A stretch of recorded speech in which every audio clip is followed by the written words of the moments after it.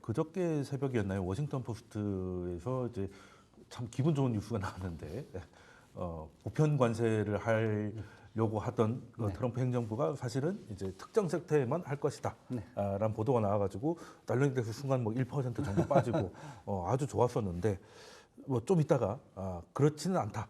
아니라고 이제 부인이 나오긴 했습니다.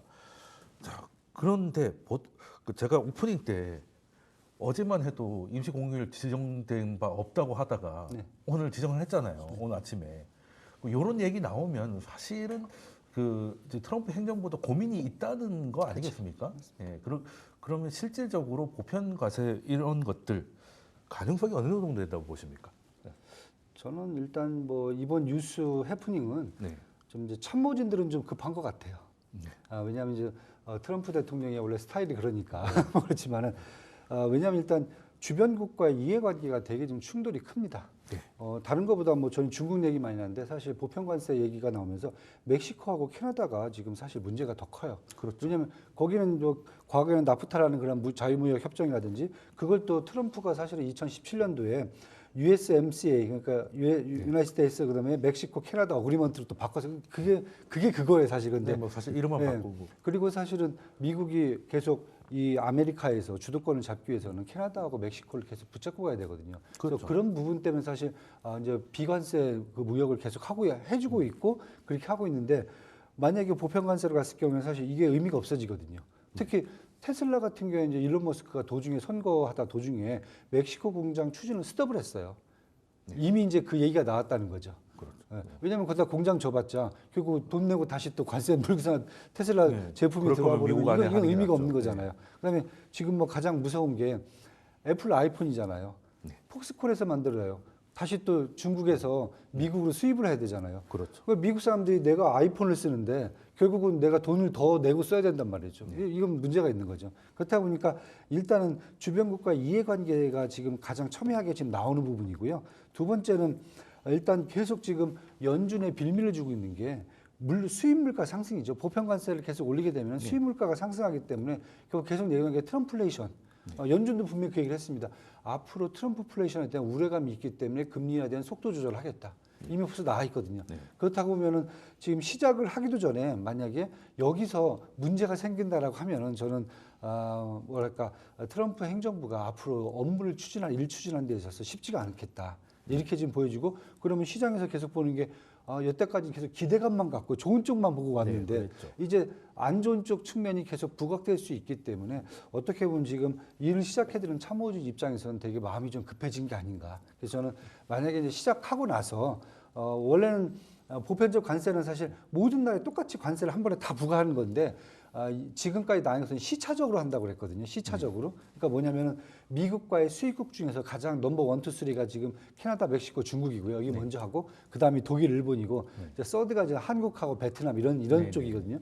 이렇게 순차적으로 간다는 또 얘기가 있기 때문에 저는 조금 한번 지켜봐야 될 것 같아요. 그냥 무조건 우리가 보편 관세만 생각하는 것보다 아마 트럼프 행정부에서 이러한 이해관계라든지 수입 물가 이런 부분 때문에 아마 뭔가 조정이 좀 나오지 않겠느냐. 그 어떤 형태인지 모르겠어요. 일단은 그래서 시작하고 나서는 좀 나올 수 있다는 저는 생각을 좀 하고 있습니다. 네. 그러면은 순차적으로 한다는 그 자체가 어떻게 보면 보편 과세를 안 하겠다는 걸 인정하는 꼴이 되는 거잖아요. 어떻게 보면 이제 그렇죠. 그 관세를 가지고 각 나라별로 협상을 하겠다는 의지가 되는 거니까 그 자체가 어떻게 보면 우리한테 호재가 될 수도 있겠네요. 그래서 사실 그걸 좀 시장에서 보고 있어요. 왜냐하면 첫 번째 문제가 중국하고 캐나다, 멕시코를 하면서 그때 얘기했던 게 뭐냐면 멕시코하고 캐나다한테 보편 관세를 놓되 단 만약에 자기들이 원하는 문제, 뭐냐면 불법 이민 문제, 그렇죠. 그다음에 이제 마약류 불법 문제들 이런 문제들이 해결될 때까지 보편 관세를 추진하겠다. 그러니까 쉽게 얘기해서 기존에는 미국이 자기들이 막았거든요, 이것을 이 국경을 막 들어온 부분들을 그게 아니라 우리가 막을까 니네가 막아라. 니네가 다 막아주지 않으면은 앞으로 관계가 쉽지가 않다. 이걸 이미 얘기하면서 협상용 카드라는 게 벌써 보여줬거든요. 그렇죠. 여기가 보여줬고 그 다음은 이제 독일하고 이제 일본이 그 다음 한 미국 수입품의 전반적으로 한 5% 6% 정도 들고 오고 있거든요. 그 다음이 될 것 같고 저는 마지막에 이제 세 번째가 이제 한국하고 이제 베트남 같이 미국 수입의 한 3에서 한 4% 정도 차지하는 국가들 그 다음에 다시 또 이제 협상이 되지 않겠나. 저는 이제 그렇게 보고 있습니다. 사실. 그러면은 일단 우리가 걱정했던 것보다 상황이 좀 나을 수 있겠다는 생각이 드는데요. 그러면은 사실 트럼프 주변 사람들이 마음이 진짜 급한 게 트럼프 인기가 하루만 있는 것도 아닌데 왜 첫날에 그렇게 다 하려고 하는지 지금 첫날에 하겠다고만 한 것만 지금 41개 좀 되더라고요. 어떻게 보면 자기들도 그 공약에 대해서 그 우선순위가 뒤로 밀릴까봐 엄청 이제 로비 같은 걸 좀 하고 있는 게 좀 느껴지는데 그러면은 지금 그 트럼프 행정부의 이제 보편 관세라든지 이런 게 실현 가능성에 대해서 박사님의 견해는 어떠십니까? 보편적 관세는 뭐 당연히 할 것이고 네, 시도는 할 것이다. 네, 당연히 할 것 같고요. 근데 중요한 거는 이제 저희가 중국하고는 차별화해서 봐야 됩니다. 네. 그러니까 중국에 대해서는 이미 대선 캠페인 때 공화당에서도 여러 번 밝힌 것처럼 영구적 정상 무역 관계를 철회를 하겠다라고 그랬어요. 이 영구적 정상 무역 관계가 뭐냐면, 그러니까 뭐냐면 90년대 후반에 우리가 이제 자유무역 환경이 들어서면서 미국이 중국한테 도움을 많이 받고 싼 제조업 공장을 많이 이제 어떻게 보면 빌려서 쓰는 그런 경향성이 있었고 그러다 보니까 정상적인 무역 관계를 형성을 했고 거기에서 관세율이 세팅이 된 거예요. 근데 트럼프 일기 때는 정상적인 무역 관계라는 것 자체는 인정을 하면서도 근데 여기서 반덤핑이다, 무역상의 불공정 거래이다라고 하면서 관세를 높였던 것입니다. 근데 이번에 정상적 무역 관계를 갖다가 영구적 정상 무역 관계를 완전히 철회해 버리면 어떻게 되냐면 이 국가하고는 무역 관계 자체가 아니에요. 트레이딩 관계가 아닌 것이에요. 그러면 뭐냐면은 소위 말해서 이제 관세를 매기는 대로 매길 수 있다. 그러니까 지금 중국에 대해서는 60%가 아니라 100% 이상까지도 매길 수 있는 거예요. 이게 이제 스마트 홀리법이라고 해서 과거에도 이 스마트 홀리법 이거는 슈퍼 301조나 우리가 무역관세법 232조 이것보다 더 강력한 건데 그때 당시에는 이것 때문에 관세를 적대시하는 국가에 대해서는 400%까지 매겼었습니다. 거의 네. 질병적으로, 네. 징벌적으로 했죠. 그렇죠. 근데 이제 이거랑 분리를 해야 되는 게 보편적 관세는 뭐냐면 우리가 그러니까 무역 협정의 관계는 유지를 할 텐데 여기서 국가별로 어느 정도 전체적인 관세율을 높일 것이야. 근데 지금 이야기하는 이제 강론과 총론을 다 종합해 보면 관세를 보편적으로 매길 거야라고 했지만 언제 어떻게 전 산업에 대해서 어떤 업종에 대해서 이게 정확하지 않아요. 그러니까 그렇죠. 이 얘기는 뭐냐면 말 그대로 우리 이제 대표님 앞에서 이미 이제 그 힌트를 주셨지만 이것은 그 시차적인 부분과 그 다음에 여러 가지 거래적인 요인이 존재를 한다는 것이고 이 총체적인 답은 뭘로 이제 표현이 되냐면 기회가 충분히 존재를 한다. 그러니까 우리가 바라보는 수출 산업 우리나라 기업의 입장에서는 자꾸 트럼프 하면 부정적인 인식을 갖고 있는데요. 뭐 실제로 우리가 18년도에 중국이 관세를 먼저 때려 맞기 시작을 하면서 19년도에 우리는 자유무역 협정을 갖다 계속 재조정을 하는 와중에 우리나라가 중국하고 경합을 벌이는 즉 미국 시장에서 경합을 벌였던 산업이 있습니다. 바로 뭐냐면은 운송 부품하고 기계 쪽하고 저가형 디스플레이하고 마지막 하나가 뭐냐면 화학 쪽. 이 부분에서 우리가 수출이 늘어났어요. 오히려 수출 비중이 늘어났어요. 그러니까 지금 뭐냐면 시차적인 부분에 있어서 우리가 어느 정도 거래만 잘하거나 딜을 잘하면 이거는 단순히 뭐 국가적 차원에서 리더십 부족하고 정치적 이런 식으로 얘기할 게 아니라요. 지금 미국에서는 어쨌든 카운터파트가 정부 효율부가 있잖아요. 정부 효율부를 대응할 수 있는 것은 꼭 관에서만 한다는 게 아닌 겁니다. 민간에서 그 그렇죠. 기업인 협회가 갈 수가 있는 것이고 기업인이 갈 수도 있는 것이에요. 그러니까 이만큼 우리한테는 어찌 보면 열려 있는 기회이기 때문에 지금 상황에서 굉장히 부정적인 시나리오로 갈 필요는 전혀 없을 것 같다. 뭐 이런 생각을 하고 있습니다. 네, 그러면은 그 어찌됐든 관세가 생기면 단기적으로는 인플레이션 요인이 될 겁니다. 근데 스마트 홀리법 같이 이제 높은 관세는 결국에는 뭐 대공황 같은 공황을 낳긴 합니다만 단기적으로는 일단 인플레이션을 높일 것 같고 그러면 그 결과로 지금 미국 국채 금리가 너무 높은 상태입니다. 지금 4.6에 적응을 하려고 할 때도 4.7을 가고 막 이런 상황인데 그러면은 그 금리 시장의 반응은 트럼플레이션을 반영하고 있다고 봐야 되는 거겠죠? 그렇죠. 네, 왜냐하면 뭐 사실 좀 두 가지 요인 보고 있거든요. 뭐 미국 국채 금리가 좀 많이 오르고 있는데 첫 번째는 일단은 지금 뭐 미국의 경기 지표죠. 뭐 성장률이라든지 인플레이션, 뭐 노동시장 지표를 다 봐도 연준이 계속 통화 완화 정책을 해도 기준금리를 내려도 사실 뭐라고 할 사람이 없어요. 네. 지금 수치상으로 본다면. 그런데 이미 12월 16일 날 기준금리를 한 번 더 내리고 4.5%를 맞추면서 그때 이미 이제 파월 의장이 얘기를 했어요. 2025년도부터 이제 트럼프 행정부의 특히 이제 관세 인상에 따른 인플레이션 상승 우려가 있기 때문에 당분간 지켜보겠다. 그러니까 쉽게 얘기해서 속도 조절이죠. 재개를 하겠지만은 일단은 정책적 효과를 지켜보고 그 다음에 가겠다. 그래서 인플레이션이라든지 아니면 재정 적자 문제라든지 아니면 전반적으로 뭐 불법 이민 정책에 대한 어떤 뭐 재정 정책 확대라든지 막 이런 부분들을 다 지켜보고 이제 다시 한번 가겠다는 얘기거든요. 그래서 그거에 따라서 일단은 기준금리가 내려가다가 스톱되고 다시 언제 재개될지 모르기 때문에 거기에 맞춰서 움직이는 국채 수익률은 당연히 이제 스톱이 되겠죠. 그리고 또 하나는 두 번째는 12월 달 들어서 작년 12월 달 들어서 이제 기존에 이제 장단기 금리가 역전이 돼 있었거든요. 계속 이제 미국 경기가 안 좋다 얘기가 되면서 침체다 얘기가 되면서 근데 작년 하반기 이후에 보면 사실 미국 경제가 뭐 침체라기보다는 사실 어떻게 보면은 뭐 소프트 랜딩이라든지 아니면 노 랜딩 막 이런 식으로 하면서 경기 회복적으로 이미 상황이 좀 바뀌었다라고 보여지거든요. 그러면서 시장에서 장단기 금리가 이제 정상화되니까 이번에 기준금리를 내리면서 단기 금리는 떨어져요. 대신에 장기 금리는 올라가면서 기존에는 이렇게 역커브가 돼 있던 것들이 이제는 단기 금리보다 장기 금리가 높아진다는 거죠.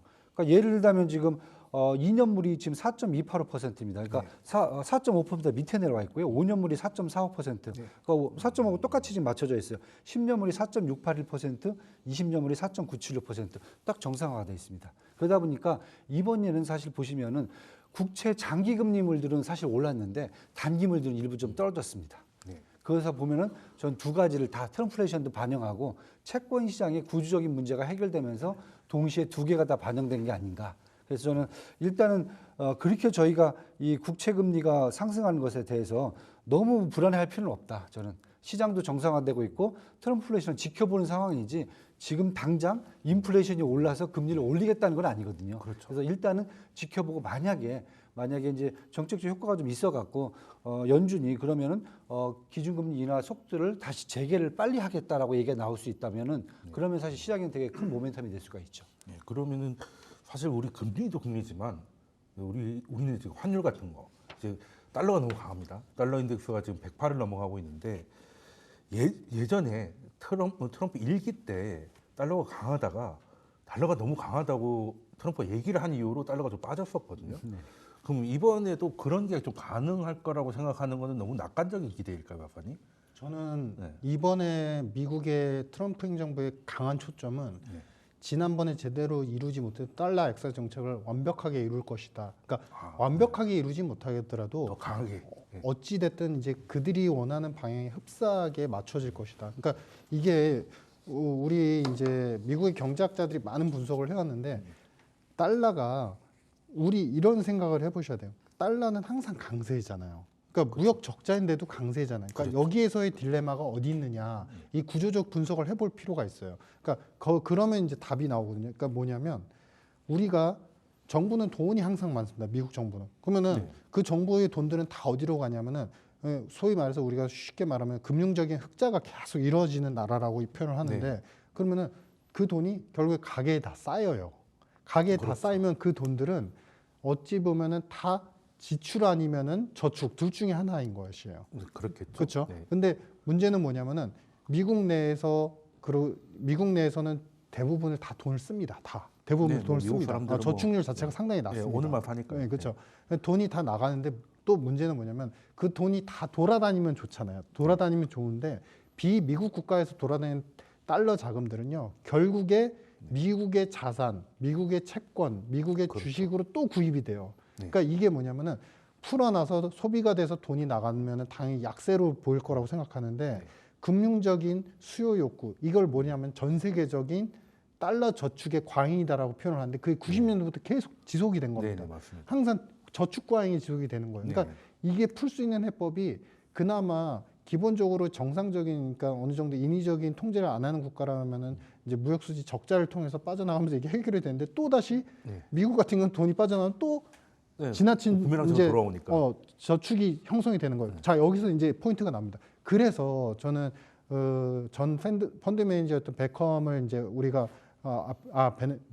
저기 우리 재무부 장관으로 그 지명한 분 베센트 이분을 지명하면서 그 주문을 냈죠. 바로 뭐냐면은 은행의 대출을 과감하게 늘려라.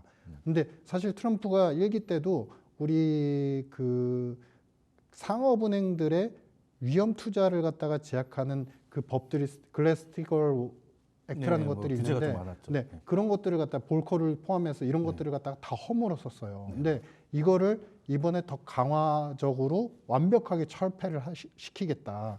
그러니까 이 얘기는 뭐냐면 과잉 저축이 있고 그 과잉 저축이 결국에는 미국 소비자들의 주머니에 들어가서 소비로 들어가서 무역자자를 통해서 또다시 미국으로의 과잉 저축을 들어가는 딜레마를 막겠다, 끊어버리겠다라는 의지로 표현이 되고, 그러면 뭐냐면 이게 소비로 결국에 다 빠져나가지 않고 만약에 미국 내에서의 투자 확대로 이루어지면 달러는 약세로 갈 수가 있어요. 그러니까 대출을 통해서 리스를 통해서 미국 내에서의 투자가 계속 막대하게 늘어난다면 그 돈들이 결국엔 기업의 투자와 함께 여러 가지 그 경로를 통해서 미국 내에서의 달러 약세와 시장 금리의 다운그레이드를 만들 수 있는데 그것을 지금 도모하고자 그러니까 소비 중심의 국가에서 어찌 보면은 그전에는 써가지고 결국엔 달러 자산, 달러의 강세만 유발했던 구조에서 내부에서의 투자, 달러 투자를 갖다가 유도하는 전략으로 지금 계속 전환을 하고 있다. 그래서 저는 이 부분에 초점을 굉장히 강력하게 맞추고 있기 때문에 이번 기회는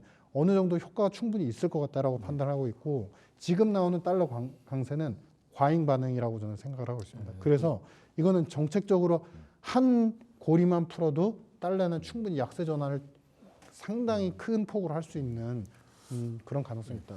그 박사님께서 금방 말씀하신 게 예전에 그 벤 버냉키 FRB 의장이 실제 동아시아의 저축 과잉이 서브프라임의 한 원인이었다는 얘기를 실제로 하셨거든요. 그러니까 그 미국의 경기를 봤을 때 외국에서 자꾸 미국 채권을 사니까 금리가 내려가서 너무 경기 부양적인 금리가 내려갔다는 거죠.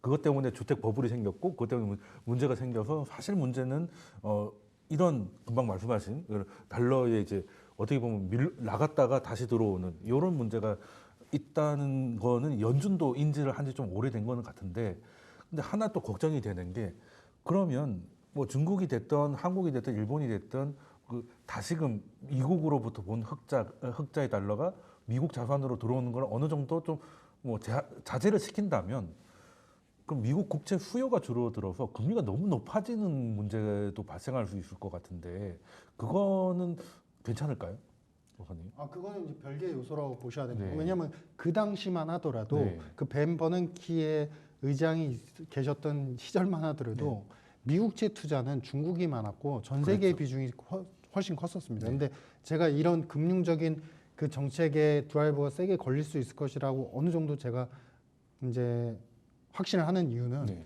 상업은행들의 역할이 너무 커졌어요. 지금 상업은행들이 대형화되면서 미국의 상업은행들이 갖고 있는 가용 현금 자금이 4조 달러에 육박을 합니다. 지금 페드의 북 자체가 7조 달러, 그러니까 약간 언더하고 있거든요. 근데 거기에 거의 60, 70%를 지금 상업은행들의 돈으로 다 메꿀 수 있는 구조예요. 그러니까 비중으로 보면 그러면 어떻게 되냐면은 많을 때는 연준하고 상업은행들이 갖고 있는 장기채의 비중이 45%를 육박할 때가 있어요. 절반을 내부에서 다 충당을 하고 있다는 얘기죠. 그 정도. 그러니까 그만큼 이 얘기는 뭐냐면은 이것과 연결해서 이제 암호화폐 지난번에도 저희가 한번 잠깐 말씀을 나눴지만 암호화폐 시장을 열고 결국엔 상업은행들이 돈이 될 수 있고 유동성 현금을 영업 현금 흐름을 확보할 수 있는 그 영역이라면 트럼프는 뭐든지 지원하겠다. 저는 진짜 암호화폐가 아니라 미국의 금융을 완벽하게 이제 스스로 통제하고 그 전의 기조를 바꾸기 위한 어떤 저는 전략이라고 보고 있고 그래서 그렇게 본다면 상업은행의 역할 속에서 미국의 채권 수요는 어느 정도 계속 유지를 시킬 수 있을 것이다. 그러면서 어느 정도 달러 약세를 유도하고 상업은행들 돈이 워낙에 많으니까 또 대출 유도 전략을 계속 실행을 하면서 달러를 좀 다운그레이드 시키는 이 쌍순환 전략을 좀 만들 수 있을 것이다. 그 고리를 파는 포인트는 저는 이번에 사실 암호화폐에 대한 전면적인 허용 정책 여기서 사실은 그 행간의 의미를 읽었다 이렇게 생각하고 뭐 사실 암호화폐를 띄우기보다는 어떻게 보면 이제 지금까지의 달러의 글로벌 그 순환을 좀 바꿔보겠다는 의지가 이제 하나의 도구로서 비트코인이 사용될 가능성이 좀 있다고 말씀드렸는데 그러면 대표님이 보기에는 지금 최근에 금방 말씀하신 대로 트럼프 행정부가 가상화폐 굉장히 적극적입니다. 그러면 이거는 박사님 견해하고 같이 달러의 패권을 유지하는데 새로운 도구로 생각을 하는 건지 아니면 그냥 기술이 이렇게 가고 있으니까 미국도 개입할 수밖에 없다. 뭐 요 정도의 좀 소극적인 건지 어떻게 보고 있습니까? 저는 이제 그걸 같이 포함한다. 뭐냐면은 사실 뭐 트럼프 행정부가 지금 이번에 얘기했던 게 다 두 가지거든요. 뭐 비트코인을 이제 국가 전략적 자산으로 추진하겠다. 가 첫 번째고 두 번째는 코인 시장의 규제를 풀어갖고 이제 산업으로 이제 키우겠다. 요 내용에서 저는 이제 한 두 가지 행간을 좀 생각을 하고 있는데요. 첫 번째는 일단 국가 전략적 자산으로 비트코인을 갖고 가겠다는 것은 사실은 비트코인이 그만큼 재무부에 더 쌓일수록 솔직히 말씀드려갖고 연준의 힘이 사실 약해질 수 있거든요. 그 얘기는 뭐냐면 달러 약세를 유도할 수 있다는 거죠.